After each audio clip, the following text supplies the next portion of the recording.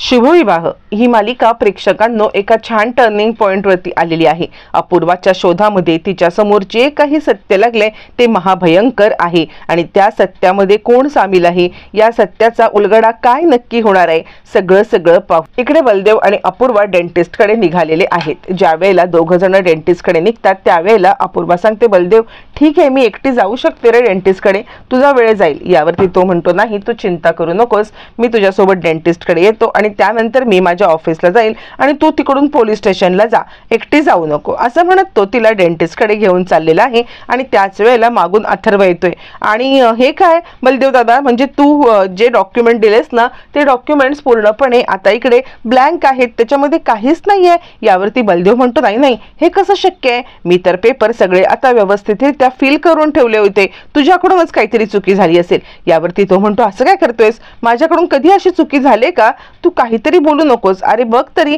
तू जे दिलेस ते सगळे डॉक्युमेंट ब्लँक आहेत, ब्लँक पेपर आहेत। त्यावरती आता इकडे चिडलेला बलदेव सांगतो, शक्यच नाहीये, काय बोलतोयस, असं कसं होईल, अरे मी स्वतः ते डॉक्युमेंट्स तयार केले होते आणि नुसतेच तयार नाही तर ते एन्व्हलप मध्ये भरले आणि त्यानंतर तुझ्याकडे आणून दिले होते। दोघांना काहीतरी गैरसमज झालाय हे कळतंय, पण त्याच वेळेला आपल्याला दाखवलं जातं की हे सगळं अपूर्वाचं कारस्थान आहे। अपूर्वाने बलदेवने ज्या वेळेला पेपर तयार करून त्या एन्व्हलप मध्ये भरले आणि अथर्वकडे द्यायच्या वेळेच्या आधी तिने आता ते पेपर गायब करत तिने आता ते लपवून ठेवलेले असतात। हे सगळं अपूर्वा या घरामध्ये भांडण व्हावं, कलुषित व्हावं, हे सगळं घर या कारणासाठी करत असते। बरं तोपर्यंत मग आता अपूर्वा ते पेपर लगेचच आपल्याला दाखवलं जातं कशा पद्धतीने तिने ते पेपर काढलेत, कुठे लपवून ठेवलेत आणि त्यानंतर मग आता अथर्व म्हणायला लागतो, हे बघ माझ्याकडून ही चूक होणं शक्यच नाहीये, कारण ना भूमिताईने मला हे काम सांगितलं होतं। असं म्हटल्यावर ती अपूर्वा म्हणते, बरोबर आहे, काहीतरी तुझंच चुकतंय हा बलदेव, म्हणजे असं काही होणं शक्यच नाहीये। मी खरं सांगू का, जर का भूमिताईनी त्याला आता काम सांगितलेलं आहे तर ते काम तो नक्कीच करणार, तू काय बोलतोयस, नाही। यावरती आता इकडे बलदेव अधिकच चिडतो, भूमिताईने काम सांगितलंय म्हणून काम करणार का, म्हणजे मी सांगतोय तर ते काम करायचं नाहीये, भूमिताई म्हटली म्हणून ते काम करायचंय का, म्हणजे माझ्या शब्दाला या घरामध्ये काहीच किंमत नाहीये का। त्यावरती आता इकडे अथर्व म्हणायला लागतो, तू कुठून कुठपर्यंत पोहोचतोयस, मी असं म्हणालो तरी का। यावरती तो म्हणतो, म्हणण्याची काही गरज नाहीये, पण तुझ्या एकंदर वागण्यामधून तेच मला कळतंय। असं म्हटल्यावरती अथर्व सांगायला लागतो, तुझा प्रॉब्लेम काय, तू एकदा एक बोलतोयस, एकदा पेपरवरून भांडतोयस, आता म्हणतोयस मी तुझं ऐकलं नाही म्हणून। असं म्हणत दोघांच्यात वादविवाद चालू आहेत आणि हे वादविवाद इतके टोकाला गेलेत की दोघांचे आवाज वाढलेले आहेत आणि दोघं एकमेकांच्या वरती आरडाओरडा करत असताना हा आवाज आकाश आणि भूमी या दोघांनाही गेलेला आहे। त्यामुळे सगळेजण धावत पळत खाली आले, सोबत आता मानसी सुद्धा आहे। बरं हे सगळं चालू असताना मग आता लगेचच सगळे खाली येतात, काय झालं, तुम्ही दोघं जण का असे भांडताय, असं म्हटल्यावरती बलदेव म्हणतो, याला विचार, म्हणजे मी ह्याला डॉक्युमेंट्स भरलेलं एन्व्हलप दिलं होतं, माझं काम असं कधीच नाहीये की मी असं अर्धवट काम करेन, पण त्यानंतर हा म्हणतोय की मला ब्लँक पेपर दिले, अरे मी ह्याला ब्लँक पेपर का देईन। यावरती मग आता लगेचच इकडे सांगायला लागतो बलदेव की भूमी तू तिथे होतीस की नाही, तू ज्या वेळेला तिथे होतीस तुझ्या समोर मी ह्याला पेपर दिले होते ना। भूमी म्हणते, हो मी पाहिलेलं आहे, तुम्ही माझ्या समोर त्यांना पेपर दिलेले आहेत। असं ज्या वेळेला भूमी आता बोलते तोपर्यंत मग आता लगेचच आकाश म्हणतो, अथर्व तू इकडे तिकडे कुठे ठेवलेस का पेपर। अथर्व म्हणतो, हे बघा माझ्यावरती येऊ नका, मी कुठेही पेपर ठेवलेले नाहीयेत, मी खरं सांगायचं तर आता हे पेपर दिले होते ते म्हणजे हे बलदेवने पेपर दिले तेच हे पेपर आहेत, दुसरे माझ्याकडे पेपर नाहीयेत। यावरती मग आता इकडे अपूर्वा सांगायला लागते,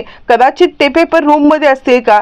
त्यावरती मग आता रूम मध्ये जाऊन बघूया का। बलदेवला हे खूपच इन्सल्टिंग वाटतं आणि तो सांगायला लागतो की ठीक आहे तुम्हाला माझ्या रूम मध्ये यायचंय ना, चला मी सुद्धा येतो। असं म्हणत मग आता बलदेव तिकडे आलेला आहे आणि घ्या झडती म्हटल्यावरती अपूर्वा चांगुलपणाचा आवंटे आणि बलदेव, अरे असं काय बोलतोयस, झडती हा शब्द पोलीस याच्यामध्ये वापरला जातो, तू झडती बोलून आता इकडे सगळ्यांना का हे करतोयस। हे बघ कोणीही तुझी झडती वगैरे काहीही घेत नाहीये, फक्त बघतायत ना की कुठे काय आहे का, बघूया बरं, जा अथर्व तू कपाट खोल। यावरती मग आता मानसी सांगते, नाही अथर्व कपाट खोलणार नाहीये। अथर्व असं म्हणत ती अथर्वला प्रेक्षकांना थांबवते, जेणेकरून उगाचच भांडणाचा कार नको किंवा उगाचच बलदेवला वाईट वाटायला नको या कारणास्तव। आणि त्यानंतर ती सांगते की अथर्व कोणत्याही प्रकारे कपाट चेक करणार नाहीये। अथर्व खरं तर कपाट चेक करायला निघालेला असतो, पण धोरणी मानसी त्याला थांबवते आणि मानसी त्याला आता थांबवून वादविवाद नको असं म्हणत असते. पण अपूर्वाला वादविवाद या घरात हवेच असतात. तिला आता वादविवादाशिवाय काहीच नको असतं आणि त्यामुळे ती सांगते नाही तुम्ही इकडची झडती घ्या, तुम्ही तिकडची झडती घ्या, काय झाले पेपर, कसे झाले पेपर, हे सगळं बघून तर घ्या असं म्हटल्यावरती मग आता हे सगळं चालू असताना तो सांगायला लागतो ठीक आहे घ्या झडती. अथर्व म्हणतो मग हा पेपर आहे ना हा ऑफिसलाच विसरून आला असेल, मला नाही वाटत की ह्यानी पेपर घरी आणलेत सुद्धा, हा काहीही बोलतोय असं म्हटल्यावर ती लगेचच आता इकडे सांगायला लागते. तो सांगायला लागतो हे बघ मला अजिबात ते काही माहित नाहीये तुझं काय चाललंय ते, पण मी तरी पेपर आता ऑफिसला विसरत नाहीये, तुम्ही सगळे माझ्यावरती शंका घेताय का. यावरती मग आता अपूर्वा सांगायला लागते हे बघ शंका कोणी घेत नाहीये, काही झालं तरी सुद्धा अरे फक्त बोलतायत ना ते. यावरती आता इकडे अपूर्वा इतकं चांगलं वागतीये किंवा अपूर्वा हे सगळं थांबवण्याचा प्रयत्न करते, हे काही आकाशला अजिबात सहन होत नाही की अपूर्वाचा काहीतरी याच्यात हात आहे याची आकाशला जाणीव झाली. तोपर्यंत आता इकडे बलदेव पेटून उठलाय, तोपर्यंत आता अथर्व पेटून उठलाय, तू चुकीचा का मी चुकीचा, मी चुकीचा का तू चुकीचा, हे यांचं बोलणं चालू असताना आकाश म्हणतो बास करा, मला आता ही भांडणं अजिबात नको आहेत, बस झालं असं म्हणत अथर्व आणि बलदेव यांना तो आता शांत करतो. पण दोघांच्या मनामध्ये प्रेक्षकांनो उगाचच आता इकडे ती भावना आहे की या सगळ्यामध्ये काहीतरी आपल्या विरुद्ध हे होतंय किंवा आपल्याला बोललं जातंय. दोघं हमरीतुमरीवरती आलेत, एकमेकांच्या कॉलर पकडण्यावरती आलेत आणि त्यावेळेला मानसी मध्येच एक शब्द बोलते बरोबर आहे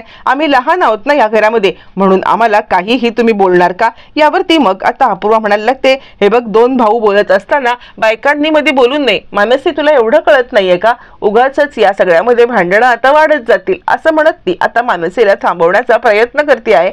पण आता हे सगळं चालू झाले आणि त्याच्यामध्ये आता इकडे सांगायला लागतो आकाश बास करा, कुणीही काहीही बोलायची गरज नाहीये, आता सगळ्यांनी शांत बसायचं आहे असं म्हणत आकाश आता सगळ्यांना शांत बसायला सांगतो. आणि त्यानंतर मग आता आकाश सांगतोय खरं सांगू का तर मला असं वाटतंय की या सगळ्या मागे आता इकडे अपूर्वाच आहे. तो लगेचच मेघला कॉल करतोय, मेघला कॉल करून तो आता सांगतोय मी तुला एक नंबर पाठवतोय, त्या नंबरचे सगळे डिटेल्स मला पाहिजेत, म्हणजे ज्या वेळेला मला आता इकडे मेसेज आला होता तर तोच घरातला मेसेज याच नंबरवरून केला गेला होता का असं म्हणत तो अपूर्वाचा नंबर मेघला देतो. यावरती भूमी म्हणते आकाश काय करतोयस तू. यावरती आकाश म्हणतो नाही भूमी मला अजूनही शंका वाटते आहे की म्हणजे अपूर्वा इतकं आउट ऑफ द वे जाऊन गोड गोड गोड गोड बोलतीये, याच्यामध्ये काहीतरी तिचा आता डाव आहे हे 100%. तुला कळतंय का ती किती प्रकारे गोड बोलत होती आतापर्यंत, तिने कधी असा समंजसपणा दाखवलाय का, नाही ना. प्रत्येक वेळेला ती आता असा समंजसपणा दाखवत नाही. मग आज काय झालंय,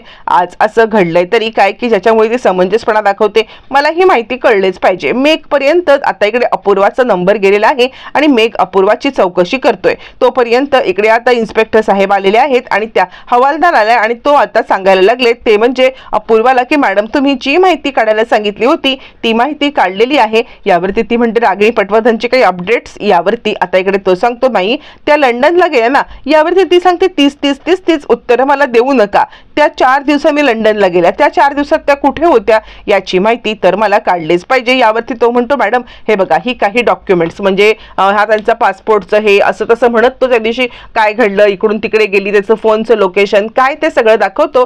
त्यावेळेला मग आता अपूर्वा पाहते की यांचं लोकेशन म्हणजे एअरपोर्ट दाखवतोय, एअरपोर्ट नंतर नो स्पेस दाखवतोय, महाजनांचं घरातलं पण दाखवते, काहीतरी गडबड आहे, आपल्याला या सगळ्यामधून काहीतरी शोधायलाच पाहिजे असं म्हणत ती आता घाबरली म्हणजे ती आता विचार करते आहे. बरं हे सगळं चालू असताना ती सांगते सीसीटीव्ही फुटेज सुद्धा काही मिळाले का. यावरती तो सांगतो हो 7 वर्षापूर्वी एक सीसीटीव्ही फुटेज पोलिसांच्या याच्यामध्ये होतं असं म्हटल्यावरती अपूर्वा म्हणते बघू तरी. मग तेच ते सीसीटीव्ही फुटेज आहे ज्याच्यामध्ये आता म्हणजे जे मेघने तयार केलेलं आहे की आत्या आता लगेचच इकडे चाललेली आहे ती म्हणजे बॅग घेऊन एअरपोर्टला. पण त्या सीसीटीव्ही फुटेजमध्ये रागिणीचा तोंड काही दिसत नाहीये, ती फक्त पाठमोरी दिसते, हातामध्ये काहीतरी आहे, एका साईडला बॅग आणि ती सीसीटीव्ही फुटेजमध्ये जाताना दिसते. यावरती मग आता अपूर्वा सांगायला लागते मला एक गोष्ट सांगू शकाल का, या सीसीटीव्ही फुटेजपेक्षा आधी आपल्याला आधीच्या काही गोष्टी माहिती आहेत का. हवालदार म्हणतात नाही तसं काही माहित नाहीये. बरं तोपर्यंत इकडे आता आता भूमी खाली आलेली आहे आणि मानसीच्या हातामध्ये ती त्याच्याच प्रकारचा स्पीकर आता पाहते, जो स्पीकर काही दिवसापूर्वी तिला आता धमकी देण्यासाठी वापरण्यात आलेला असतो. आणि आता ती विचार करते की हा सुद्धा तो स्पीकर असेल तर मानसीला याच्यामध्ये कोणीतरी काहीतरी रेकॉर्ड करून दिलं असेल तर नाही, मला या सगळ्याचा सोक्षमोक्ष लावायलाच पाहिजे. आणि ती म्हणते, मनू हे काय आहे सगळं? यावरती ती सांगायला लागते, काही नाही अगं ताई, बघ ना, म्हणजे मी आपल्या स्टोर रूमच्या दिशेने गेले होते ना, तर त्यावेळेला मला आता हे सापडलं असं म्हणत मग आता लगेचच इकडे ती सांगायला लागते, काय सापडलं काय? ती सांगते स्पीकर आहे तो. यावरती मग आता भूमी तो स्पीकर हिसकावून घेते आणि त्यानंतर म्हणते, मनू जाऊ दे. त्यावरती मानसी म्हणते, अगं ताई असं काय करतेस, बघू दे ना त्या स्पीकर मध्ये काय आहे ते. यावरती आता इकडे भूमी सांगायला लागते, अगं त्या इलेक्ट्रॉनिक वस्तू आहेत, बरेच दिवस त्या बंद पडल्या किंवा हे झाल्या तर त्याच्यामुळे आता काही स्फोट वगैरे होऊ शकतो, तू लावलंस तर तू नकोच रिस्क घेऊस. असं जुन्या वस्तू नसतात लावायच्या. आता इकडे मानसीला भूमीचं म्हणणं ऐकते ती, पण तिला काही पटत नाही. ताई असं का वागतेय, काहीतरी चुकीचं घडतंय असं तिला राहून वाटतंय आणि त्यामुळे ती आता थोडीफार तरी गडबडलेलीच आहे. काहीतरी ताईचं बिनसलंय हे तिला समजलंय. त्यावेळेला मग आता हे सगळं ऐकत असताना आकाश तिकडून येतो आणि आकाश हा सगळा प्रकार ऐकतो. मानसी निघून गेलेली आहे, आकाश तिकडे येतो आणि भूमी, मानसी होती ना इथे म्हणून हे सगळं निभावलंय, म्हणजे मानसीच्या जागी जर का आता अपूर्वा वगैरे असती तर तिला 100% डाऊट आला असता की तू काहीतरी तिच्यापासून लपवतेस म्हणून. यावरती भूमी सांगायला लागते, बरोबर आहे आकाश, तुझं म्हणणं मला पटतंय, पण आता माझ्याकडे काहीच पर्याय नव्हता. काय माहिती त्याच्यामध्ये काय टाकलं असेल आणि काय टाकलं नसेल ते, किंवा काय व्हिडिओ असेल आणि काय नाही ते, त्यामुळे आपल्याला जरा सावधच राहिलं पाहिजे. भूमी हे सगळं आकाशला सांगते आणि त्यानंतर आकाश म्हणतो, तू काळजी करू नकोस, मी आता अपूर्वाचा मोबाईल ह्याच्यावरती टाकलेला आहे, मेघला सांगितलंय की जे काही माहिती असेल ती मला सांग, नक्की आता तिच्या मनात काय चाललेलं आहे ते बघूया, आपल्याला काय रिझल्ट मिळतोय ते. असं म्हणत दोघं जण एकमेकांच्या सोबत आता बोलतायत आणि त्याच वेळेला इकडे आता आकाशला कॉल आलेला आहे, भूमी कुणीतरी बाहेर आलेला आहे, आपली वाट पाहते बाहेर, आता वॉचमन दादांनी सांगितलेलं आहे. असं म्हटल्यावरती मग आता लगेचच भूमी सांगते, कोण आहे? त्यावरती आता आकाश सांगायला लागतो, नाही मला खरंच काही माहित नाहीये, पण आपण बाहेर जाऊन बघूया. इकडे तोपर्यंत बऱ्यापैकी सगळी माहिती घेऊन हवालदार पुन्हा येतात आणि सगळे डॉक्युमेंट्स देऊन सीसीटीव्ही फुटेज सुद्धा लावतात. या सीसीटीव्ही फुटेजमध्ये रागिणी पाठमोरी चाललेली आहे, तिच्या हातामध्ये आता इकडे पासपोर्ट आहे किंवा काही गोष्टी आहेत आणि पाठमोरी जाऊन ती रिक्षात बसते आणि रिक्षावाला एअरपोर्टच्या दिशेने रिक्षा घेऊन चाललेला आहे. आता हे सगळं दृश्य अपूर्वाच्या समोर घडलेलं आहे आणि अपूर्वा आता इकडे सांगते की ही फक्त बाई पाठमोरी दिसतीये, म्हणजे आता काही झालं तरी या पाठमोऱ्या बाईला ओळखता येणं हे जरा कठीणच आहे. मला काय वाटतं माहितीये का, आपल्याकडे रागिणी पटवर्धन यांचा कोणता वेगळा आता हे आहे का व्हिडिओ वगैरे, जर त्यांचा वेगळा कोणता व्हिडिओ असेल तर ही पाठमोरी चाललेली बाई तीच आहे, किंवा तिची बॉडी लँग्वेज वरून आपण आता हे सगळं चेक करू शकलो असतो. अपूर्वाच्या मनात संशय आलेला आहे की कदाचित हे फेक असेल किंवा ही बाई रागिणी पटवर्धन असूच शकत नाहीये आणि तिचा संशय खरा तर खरा असतो. पण आता रागिणी पटवर्धन यांचा कोणताही दुसरा व्हिडिओ पोलिसांकडे अजिबात नाहीये. बरं, त्याच वेळेला मग आता हवालदार म्हणतात, नाही आपल्याकडे तर कोणताही रागिणी पटवर्धन यांचा व्हिडिओ नाहीये, पण मी एक गोष्ट सांगू का, सोशल मीडियावरती हल्ली आता असे व्हिडिओ खूपच असतात, आपण सोशल मीडिया चेक केलं तर कदाचित समजेल आपल्याला. यावरती अपूर्वा म्हणते, बरोबर आहे, चांगली हिंट दिलीत तुम्ही, आपल्याला आता सोशल मीडियावरती चेक करायला लागणार आहे. असं म्हणत अपूर्वा लगेचच आता रागिणी पटवर्धन यांचा सोशल मीडिया अकाउंट काढते, त्याच्यावरती त्यांचा कोणता एखादा फोटो किंवा एखादा व्हिडिओ ज्याच्यामध्ये आता हा व्हिडिओ आणि तो व्हिडिओ कम्पेअर करून त्यांची बॉडी लँग्वेज आता चेक करता येईल. पण ज्या वेळेला ती आता सोशल मीडिया ओपन करते तर तिला त्याच्यावरती ना रागिणीचं प्रोफाईल दिसतं ना रागिणीचा एखादा व्हिडिओ सुद्धा पोस्ट केलेला दिसलेला आहे आणि त्यामुळे अपूर्वा म्हणते, नाही काहीतरी गडबड आहे, म्हणजे त्यांचा एक सिंगल व्हिडिओ सोशल मीडियावरती नाहीये. असं म्हणत ती सांगते, हा सुद्धा आपला डाव फेल गेलेला आहे, आपल्याला या सगळ्यामध्ये आता लवकरात लवकर म्हणजे काहीतरी वेगळी माहिती काढायलाच पाहिजे असं ती विचार करते. बरं, हे सगळं चालू असताना तोपर्यंत आता ताबडतोब इकडे ती सगळी माहिती काढायला सांगते आणि आकाश आणि भूमी यांच्याबद्दलची पण माहिती काढायला सांगते की काय 7 वर्षापूर्वी एक्झॅक्टली घडलं होतं हे जोपर्यंत कळत नाहीये तोपर्यंत मी गप्प बसणार नाहीये. मग तिने सगळी माहिती काढायला सांगितले, कोणता व्हिडिओ सापडतोय का बघायला सांगितलंय, अजून सगळी माहिती काढली, पण तिच्या हातात लागावा तसा आता काहीच क्लू लागत नाहीये, तिला या सगळ्यामध्ये काहीही क्लू भेटत नाहीये. बरं, हे सगळं चालू असताना मग आता तिला फोन आलेला आहे. फोन आल्यावरती अपूर्वा ताबडतोब आता घराच्या दिशेने निघालेली आहे. तोपर्यंत भूमी आकाशला भेटायला एक माणूस आलेला आहे ज्याच्या हातामध्ये बंदूक आहे आणि भूमी आणि आणि आकाश आता वॉचमनला विचारतात की कोण आले भेटायला। त्यावरती वॉचमन त्याच्याकडे बोट दाखवतो। भूमी आकाश तिकडे गेलेले आहेत। ज्या वेळेला भूमी आकाश गेले त्यावेळेला त्याच्या हातामध्ये गन आहे आणि तिकडून हे सगळं पाहत आहे ती म्हणजे अपूर्वा। अपूर्वा आता त्या दिशेने चाललेली आहे, पण तो माणूस जरी हातामध्ये गन असला तरी पण आकाश आणि भूमी यांच्याशी हळूहळू काहीतरी बोलतोय। म्हणजे एक वेळ तो त्याला ब्लॅकमेल तरी करतोय किंवा या सगळ्यामध्ये त्याच्या डोक्यामध्ये काहीतरी वेगळा प्लॅन आहे असं आता तिकडे अपूर्वा विचार करते। फायनली सगळं सत्य समोर आले आणि जो माणूस समोर आलेला आहे त्यांनी आता आकाश आणि भूमी यांना असं काहीतरी सत्य दाखवलेलं आहे की ज्याच्यामुळे ते दोघं जण चांगलेच हादरलेले आहेत। नक्की सत्य काय आहे येणाऱ्या भागातच कळणार आहे।